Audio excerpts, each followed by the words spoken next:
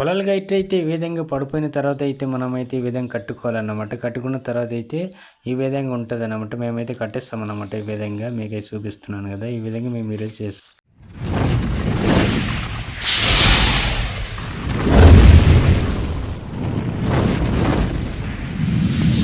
గుణపం ఉలువ ఎందుకు మోసినాను అనుకుంటున్నారా?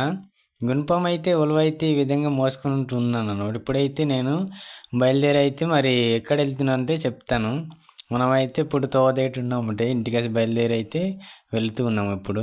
అక్కడైతే నిలిచినైతే మరి చూపిస్తాను. ఈసారి చూడండి మా కొండ చేనులో అయితే కాపు తోటలు అయితే ఈ విధంగా ఉంటున్నదన్నమాట. ఇప్పుడైతే నేనైతే నడుచుకుంటూ వెళ్ళిపోతున్నాను. ఈ విధంగా అయితే మరి అయితే మొత్తం అయితే ఇటట్టు ఇదైతే కొమ్మలైతుంది చిలక అన్నమాట. కుండపొడి చేసిన తర్వాత ఇప్పుడైతే పొలాలకు వచ్చేసాను. నేనైతే పొలాలకు వచ్చినాను చూస్తున్నాను. మా పొలాలు అయితే ఈ విధంగా మొత్తం అయితే అడిగొట్టింది. అక్కడైతే నారేచ్చాం.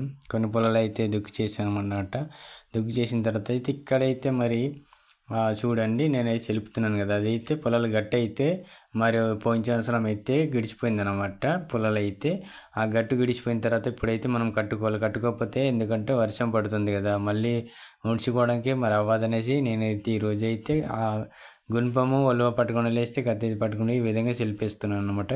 అదైతే మనం మొత్తం చెలిపేసిన తర్వాత అయితే మనమైతే కింద అయితే గిడిచిపోయింది కదా, రాయలు మట్టి ఉంటుంది కదా, మనమైతే ఇదంతా మీద ఉన్న గడ్డి మొత్తం అయితే తీసేయాలన్నమాట. తీసిన తర్వాతే మనమైతే పని చేయడానికి అవుతుంది. చాలా డొంక అయితే గిడిచిపోయిన దగ్గర అయితే కట్టేసింది కదా, మనమైతే ఈ విధంగా అయితే చేయాలన్నమాట. ఇవన్నీ కత్తితోనైతే నీట్గా మనమైతే చెలుపుకొని చెలిపిన డొంక అయితే మనం ఈ విధంగా మరి పైకే తీసేయాలన్నమాట.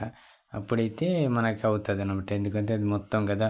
ఇప్పుడైతే మరి అవన్నీ తీసి పక్కకి పెట్టేసిన తర్వాత అయితే మనమైతే పని చేయడానికి అవుతుంది. ఎందుకంటే మరి అవ్వదు కదా, ఆ గడ్డి ఉంటే మనం చేస్తున్న పది ఆ గడ్డి పెరుక్కుంటూ మనం చేయలేం కదా. అలాగనేసి నేనైతే నీట్గా ఒకేసారి మొత్తం చెలిపేసి అయితే ఈ విధంగా అయితే నేను మొదలు పెట్టేసాను. చూడండి ఆ రాయలన్నీ ఒక్కొక్క తీసేసాను, మట్టి మాత్రమే ఉంచాను అనమాట. ఈ రాయలన్నీ తీసి ఎందుకంటే ముందుగా మనం పునాది అయితే వేయాలన్నమాట. ఆ రాయలు లేకుంటే మనం పునాది వేయలేము. అలాగనేసి పునాది అయితే నేనైతే ముద్దలుగా పునాది ఏదో వేస్తాను అనమాట. ఇది పునాది అనమాట. నీట్గా కోట అయితే పొందిస్తాను అనమాట. పొందించిన తర్వాత అయితే ఈ విధంగా మట్టి రాయి అయితే మనం వేసుకుంటూ పైన అయితే వెళ్ళాలన్నమాట. ఇదైతే మొత్తం అయితే మనం కట్టి పైనగా తేలిపాలన్నమాట. ఈ విధంగా అయితే చాలా పని ఉంటుందన్నమాట. మనం చాలా కష్టపడుతున్నాం. ఇప్పుడైతే మొత్తం అయితే కోట అయితే లేపేసిన తర్వాత అయితే చూడండి ఈ విధంగా ఉంటుంది. మరి ఇదైతే ఈ ఉంది కదా కింద తట్లాంటి అదైతే మట్టి అయితే తీసుకుని వెళ్ళడానికి అయితే మరి ఆ విధంగా చేస్తాం అన్నమాట. దాంతో మేమైతే ఆ పని చేస్తాం. ఈ విధంగా సాఫ్ చేయడం అయితే జరిగిందనమాట. చూడండి ఇంత మీకు అయితే ఇలాగైతే మరి ఇంత కష్టాలు ఉంటుంది. వర్షం పడిన తర్వాత అయితే కొన్ని గట్లు అయితే పడుపుతుంటాయి. ఈ విధంగా అయితే మేమైతే కట్టుకోవాలన్నమాట. కట్టిన తర్వాత అయితే చేయాలన్నమాట. మీరే ఏ విధంగా కడతారో మీరైతే కామెంట్ బాక్స్లో కామెంట్ చేయండి ఫ్రెండ్స్. మరి ఈ విధంగా మా కష్టాలు అనేది రోజువారి జీవితాలు అయితే ఇలా ఉంటుంది అన్నమాట. మేమైతే పని చేస్తూ ఉంటాం అన్నమాట. ఈ పని చేసిన తర్వాత అయితే ఇప్పుడైతే వర్షం పడిన తర్వాత మనం ఊడవడానికి అవుతుంది. ఒకవేళ వీడియో నచ్చితే లైక్. ఎంటకలమ్మా ఎంటకలు మీకు కావాలమ్మా కావాలి. ఈ విధంగా మాకై దొరికినవి చాలా చక్కగా అయితే కనిపిస్తున్నాయి కదా, చాలా చక్కగా దొరికినాయి.